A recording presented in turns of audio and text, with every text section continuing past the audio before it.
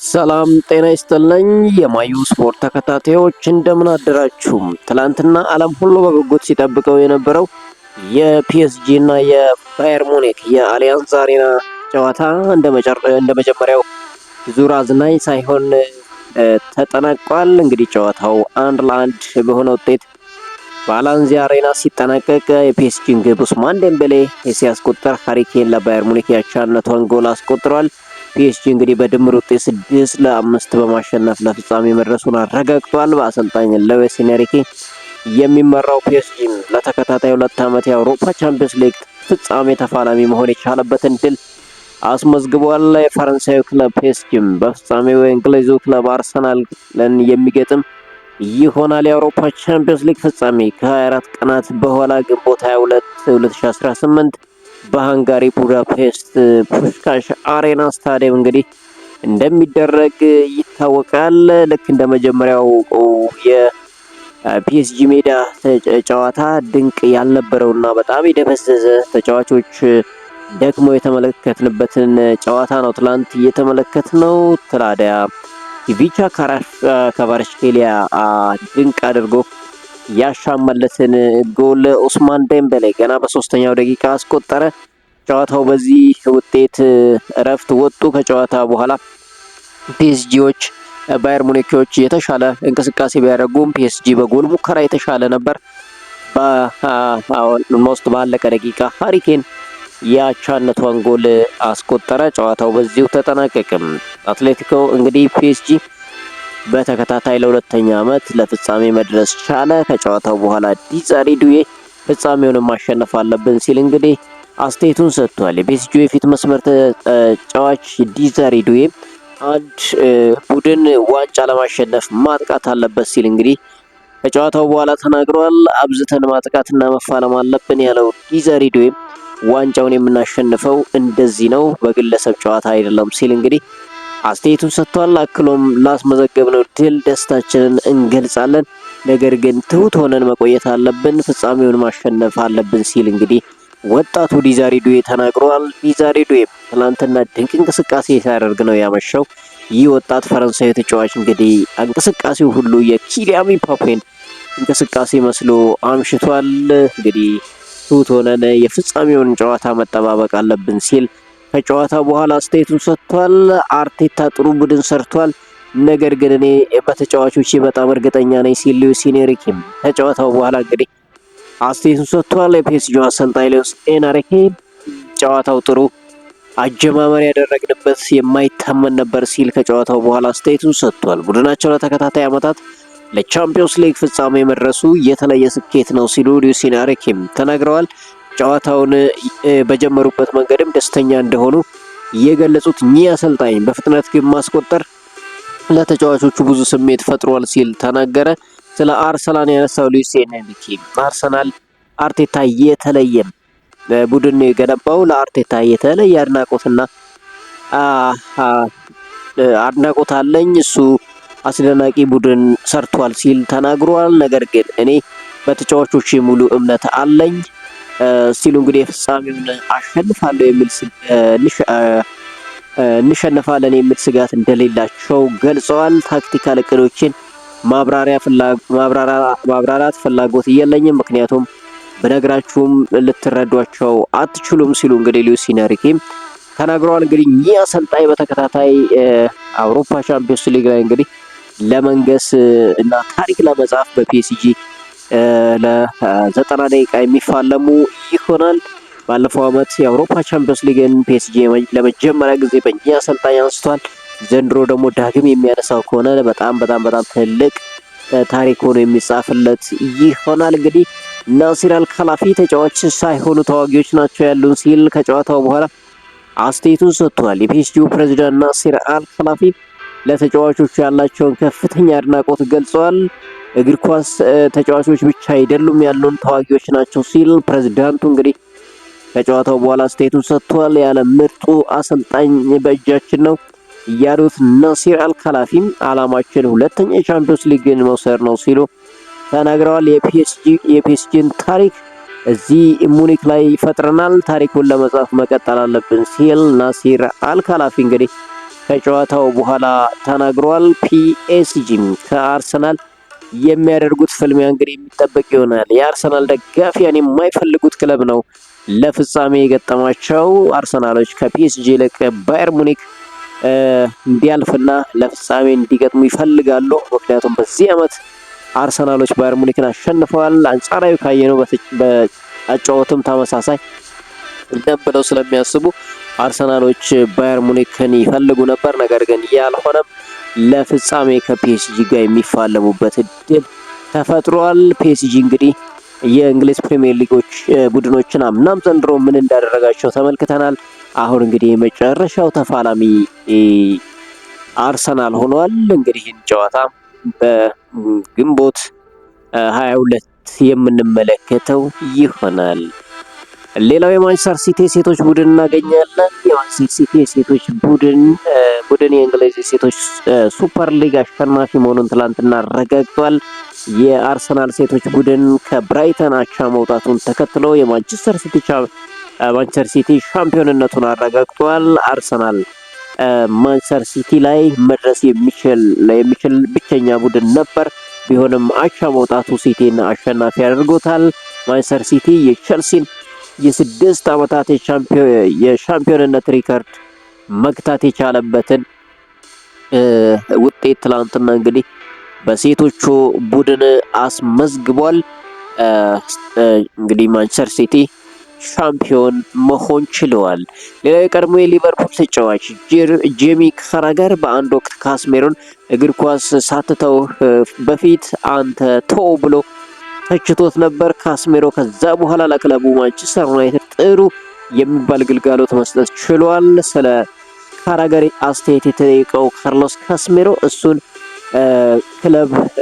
የእሱን ክለብ አሰናብቼ 2 ቻምፒየንስ ሊግ ዋንጫ አንስቻለሁ ሲል ገልጿል። ስለዚህ እኔ ላይ ምሬት ቢኖርበትና ቅሬታ ቢያቀርብ ተፈጥሯዊ ነው፣ አልፈርድበትም ሲል ካርሎስ ካስሜሮ ትላንት ተናግሯል። አክሎም አስተያየቱን አከብራለሁ፣ ማንም ሰው በቴሌቪዥን የፈለገውን ቢናገር ግድ አይሰጠኝም፣ አላዳምጣቸውም ሲል እንግዲህ በአንድ ወቅት ስለደረሰበት ትችት ካርሎስ ካስሜሮ የተናገረበትን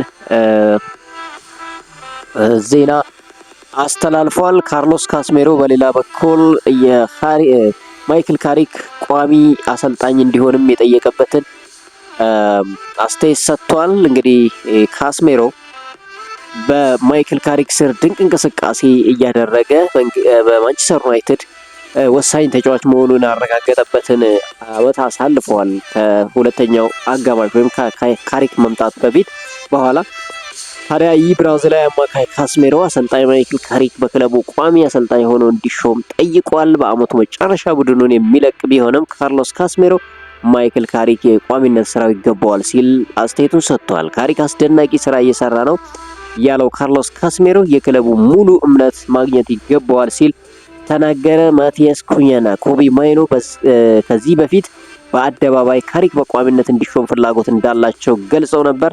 የ44 ዓመቱ አሰልጣኝ ማይክል ካሪክ ማንቸስተር ዩናይትድን ከ2 ዓመታት በኋላ ወደ ቻምፒየንስ ሊግ መመለሳቸው አይዘነጋም። ካሪክ ቡድኑን ከመሩባቸው 12 ጨዋታዎች 33 ነጥቦችን ሲሰበስቡ ውጤቱ በዚህ ጊዜ ውስጥ ከየትኛውም የሊግ ክለብ በላይ መሆኑ ተነግሯል። ስለዚህ ማይክል ካሪክ ቋሚ መሆን አለበት ሲል እንግዲህ ካርሎስ ካስሜሮም ይህንን አስተያየት እየደገፈበትን ቃለ መጠይቅ ሰጥቷል። በተያያዘ ዜና በማንቸስተር ዩናይትድ በኩል የእንግሊዝ ኤፍኤ ወጣቶች ካፕ ፍጻሜ በማንቸስተር ሲቲ እና ማንቸስተር ዩናይትድ መካከል ይደረጋል። የፍጻሜው አዘጋጅ ማንቸስተር ሲቲ ጨዋታውን 5000 ተመልካቾች በሚይዘው ጆይ ስታዲየም ለማድረግ መጠየቃቸው ተገልጿል። የወጣቶቹ ኤፍኤ ካፕ ፍጻሜ በአዘጋጁ ክለብ የመጀመሪያ ቡድን ስታዲየም ነበር የሚደረገው። ይሁን እንጂ ማንቸስተር ሲቲ በስታዲየሙ ግንባታ ቀን መደራረብ ምክንያት ጨዋታው በኢቲሃድ መደረግ እንዳልቻለ ገልጿል። ማንቸስተር ዩናይትድ ጨዋታው በኦልድ ትራፎርድ እንዲደረግ ጥያቄ ቢያቀርብም ማንቸስተር ሲቲ ውድቅ ማድረጉ ተነግሯል። እንግዲህ ከ50,000 በላይ ተመልካቾች እንደሚገኙ የሚጠበቀው ፍጻሜ በአነስተኛ ስታዲየም መደረጉ ማንቸስተር ዩናይትድን አበሳጭቷል። ነገር ግን ማንቸስተር ሲቲ ደግሞ ይህንን ሀሳቡን መቀበል አልፈለገም።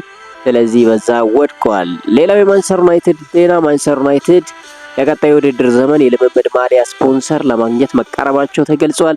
ቀዮቹ ሰይጣኖች የብሪታንያውያን የውርድ ተቋም ቤትዌይ የማሊያ ስፖንሰር ለማድረግ ንግግር ላይ መሆናቸው ተነግሯል። ማንቸስተር ዩናይትድ በቀጣይ ልምምድ ሲሰራ የተቋሙ አርማ እንደሚያስቀምጥ ተገልጿል። የስፖንሰር ስምምነቱ ለማንቸስተር ዩናይትድ ከ18 ሚሊዮን ፓውንድ በላይ ሊያስገኝለት እንደሚችል ዘ አትሌቲክ አስነብቧል። እንግዲህ ማንቸስተር ዩናይትድ ይህን ስፖንሰርሺፕ የሚያገኝ ከሆነ ከአዲዳስ ከሚያገኘው በተጨማሪ ይህም ጠቃሚ እንደሚሆንለት ይጠበቃል። ሌላው በማንቸስተር ዩናይትድ ቤት የተያዘ የኮቢ ማይኖ ጉዳይ ነው። እንግዲህ የእንግሊዝ ፕሪሚየር ሊግ 35ኛ ሳምንት ጨዋታ የሳምንቱ ምርጥ ተጫዋች በመባል ታውቋል። ኮቢ ማይኖ እንግዲህ በማንቸስተር ዩናይትድ ከሊቨርፑል ባደረገው የላንካሻየር ደርቢ በ76ኛው ደቂቃ ላይ ሶስተኛ ጎል በማስቆጠር ማንቸስተር ዩናይትድ እንዲያሸንፍ ትልቁ ሚና ተጫውቷል።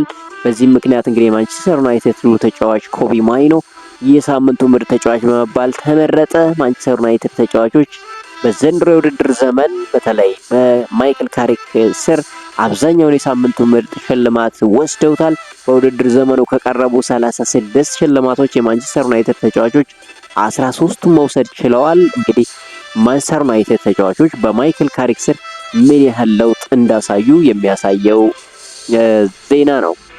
ሌላው የፕሪሚየር ሊጉ መሪ አርሰናል የወሩ ምርጥ ተጫዋቹን ይፋ አድርጓል። እንግዲህ በዚህም መሰረት የኋላ መስመር ተሰላፊ ፔሮ ሂንካፔ የወሩ ምርጥ ተጫዋች በመባል ተመርጧል።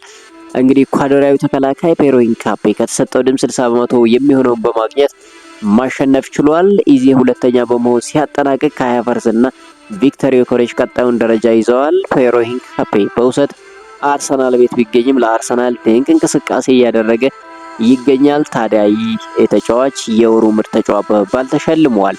ሌላው የቀድሞ እንግሊዛዊ አማካይ ጂሚ ሃሩ ቡካዮ ሳካ ያለው አቅም በዋጋ ለመተመን ይከብደኛል ሲል ተናግሯል። ስለ ሳካ ያለ ጥርጥር 200 ሚሊዮን ፓውንድ ያወጣል ያለው የቀድሞ ተጫዋቹ እሱ በገንዘብ መተመን ይከብደኛል። ቡካዮ ሳካ በዚህ እድሜው ምን እንዳሳካ ተመልከቱ እስኪ ሲል ጂሚ ሃራ ጠይቋል። ቡካዮ ሳካ እንግዲህ የአርሰናል ከአትሌቲኮ ማድሪድ ጋር ያደረገውን ጨዋታ 1-0 ሲያሸንፍ እንግዲህ የማሸነፊያውን ጎል ያስቆጠረው ተጫዋች ይህ መሆኑ ተመልክተናል። ይቺ ጎል አርሰናል ከ20 ዓመታት በኋላ ለፍጻሜ እንዲደርስ አግዛለች። ባለፈው አርሰናሎች በፕሪሚየር ሊጉ እንግዲህ አሸንፈው ከማንቸስተር ሲቲ በላይ እንዲሆኑ ሲያደርግ ቡካዮ ሳካ በመጀመሪያው አጋማሽ ምን አይነት እንቅስቃሴ ሲያደርግ እንደነበር ተመልክተናል።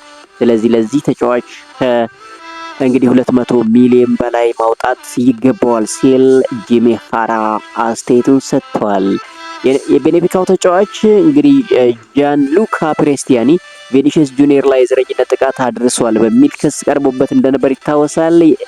ዩኤፋ ካደረገው ምርመራ በኋላ ጃንሉካ ፕሬስቲያኒ ላይ የ6 ጨዋታዎች ቅጣት መጣሉ ይታወሳል። አሁን ላይ ፊፋ የዩኤፋን ቅጣት በዓለም አቀፍ ደረጃ ተፈጻሚ እንደሚሆን ያቀረበው ጥያቄ መቀበሉ ተገልጿል። ይህንም ተከትሎ ጃንሉካ ፕሬስቲያኒ ለአርጀንቲና ጥሪ ከቀረበለት 2 የመጀመሪያ የዓለም ዋንጫ ጨዋታዎች እንደሚያመልጡት እየተነገረ ይገኛል። አርጀንቲና በዓለም ዋንጫ መክፈቻ ከአልጄሪያ እና ከአውስትራሊያ ጋር እንደምትጫወት ይታወቃል።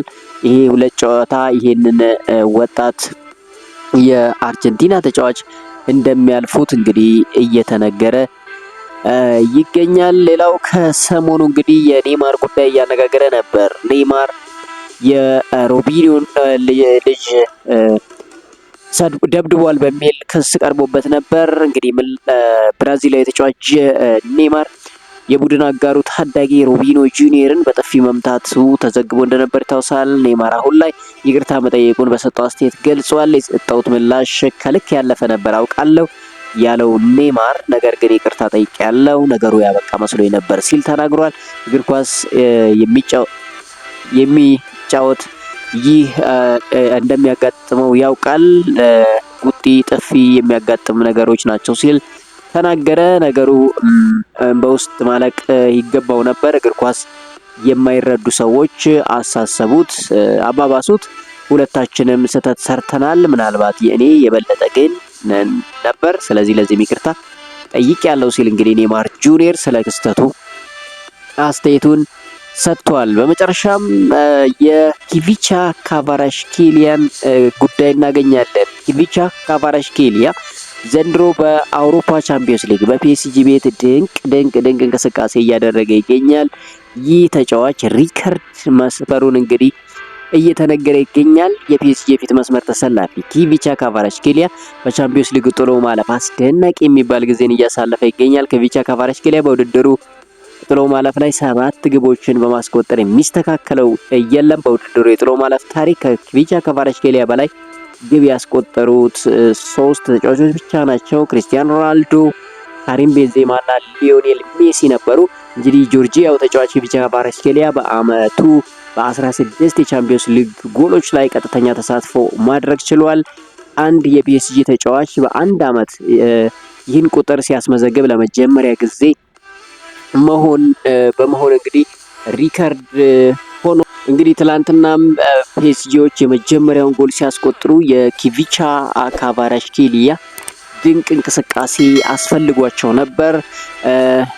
እንግዲህ ጨዋታው ላይም ሲረብሽ ያመሸው ይህ ኪቪቻ ካቫራሽኬሊያ ነበረ። እንግዲህ ኪቪቻ ካቫራሽኬሊያ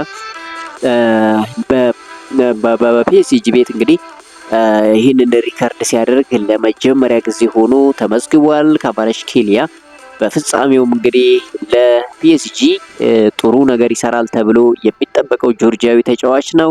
ይህ ተጫዋች ያለበት ሀገር ጎርቶት እንጂ ትክክለኛ ያልተዘመረለትና ድንቅ ተጫዋች እንደሆነ ግን ምንም ጥርጥር የለውም። በጣም አስገራሚ ታሪኮችን እያስመዘገበ በጣም አስገራሚ እንቅስቃሴዎችን እያሳየን እንግዲህ እዚህ መድረስ ችሏል። ኪቪቻ ካቫራሽኬሊያ ምናልባትም ዘንድሮ የአውሮፓ ቻምፒዮንስ ሊግ ምርጥ ተጫዋች ሽልማትን እንደሚወስደው ምንም ጥርጥር የለውም። ሌላው በአውሮፓ ቻምፒዮንስ ሊግ ትላንትና ምናልባት ሊሰበር የሚችለው የኮከብ ጎል አግቢ ጉዳይ ነበር። ኮከብ ጎል አግቢነቱን እንግዲህ ኪሊያን ምባፔ በ15 ጎል እየመራው ነበር። ትላንትና ሃሪኬን ጎል ማስቆጠሩን ተከትሎ 14 ጎሎች ላይ ደርሷል። ነገር ግን ሃሪኬን በፍጻሜው ላይ ስለማይገኝ የኪሊያን ምባፔ 15 ጎል እንደማይሰበር የተረጋገጠበትን ቀን አሳልፈናል። ውድ የማዩ ስፖርት ተከታታዮች የትላንትናውን ጨዋታ በምን ስሜት ውስጥ ሆናችሁ ተከታተላችሁት? አርሰናል ደጋፊያን የፒኤስጂ ማለፍ እንደምትመለከቱታላችሁ የሚለውን በኮሜንት ሴክሽን አጋሩን። ቻናሉን ሰብስክራይብ፣ ቪዲዮን ላይክ አድርጋችሁ ግን አበረታቱን። ባላችሁበት መልካም ቀን